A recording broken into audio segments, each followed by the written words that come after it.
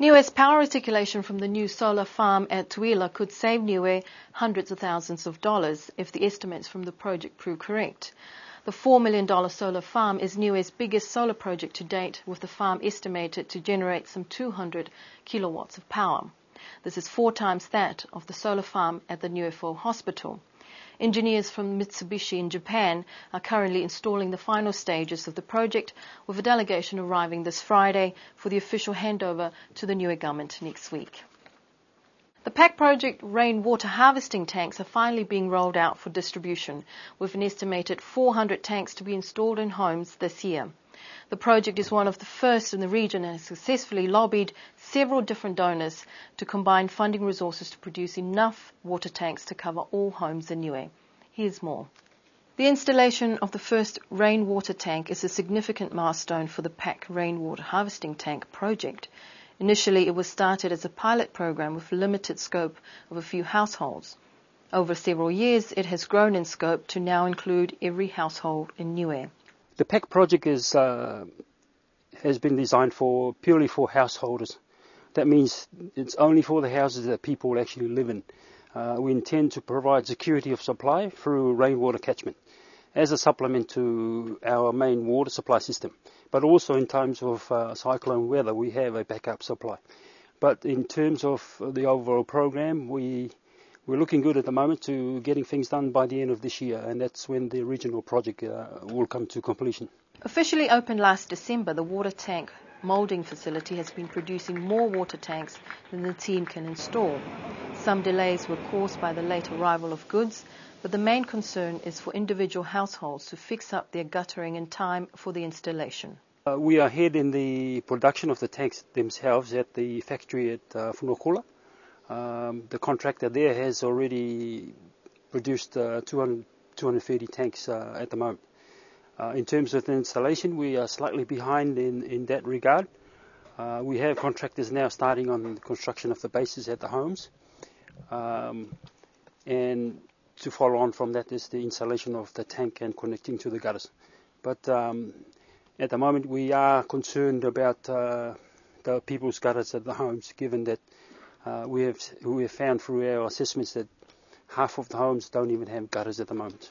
With over 400 households on the island, there has been some priority given to certain key areas before the rest of the homes and villages are attended. This particular house, we're helping in this area. This is in Forwall of Te Kilo, because we haven't completed the reticulated supply to these homes. Since Cyclone Heta, this is one of the areas that the government has prefers people to relocate to get away from the coastal areas. In general, our priority areas are the eastern side of the island, where there are pressure pump systems on that side. When the power goes off, the water obviously goes off as well. So already we are starting in Hakupu, and also intending to start from Likulakapa going north, Hakupu going south, and addressing the more critical areas. Some of the houses that experience low pressure water pressures during times of high demand. More local content may soon be a reality following a media training workshop for the youth held last week. The workshop, funded by PACMAS, allows youth to maximise the production value they can get from smartphones and tablets. The one-week workshop provided training for youth in using smartphones and tablets to shoot actual television productions. Many of the participants were surprised at the quality of the video that was produced and are looking at other ways where they can use these devices in their workplace, homes and community groups. I find that it'll be something new and something handy for the youth to consider. We don't really have much experience in making movies or stuff, but we like to watch them. I find the workshop pretty interesting since I have no idea what media is, and I've discovered some new things like how to use Adobe Premiere to edit some footage and make it into a movie.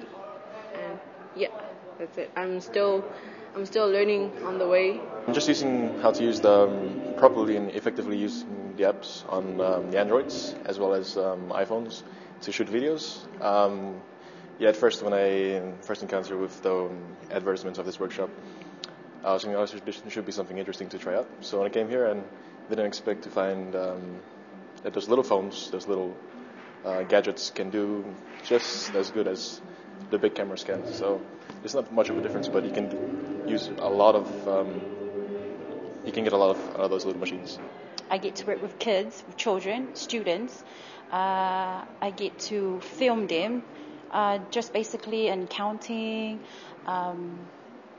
or showing them application that can help them count, read, and there's some interesting applications online that I can share with them. But most important, photos. Taking photos at home, everywhere I go, it's pretty handy. I go to show days, I take photos of myself and my family and my friends, and just some history stuff, crafts, and it's very easy now. You can just pick it up, take a photo, or ring someone, or text someone. And after that, you take it home and you can offload it and share it on Facebook. See, very fast. Or you can just use your phone to go online.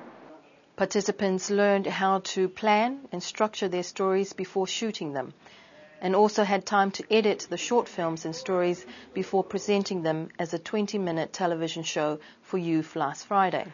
The workshops, organised by Kilocut's production house and funded by PACMAS, is the first of 2 workshops. The second will be for women, is set to begin next week.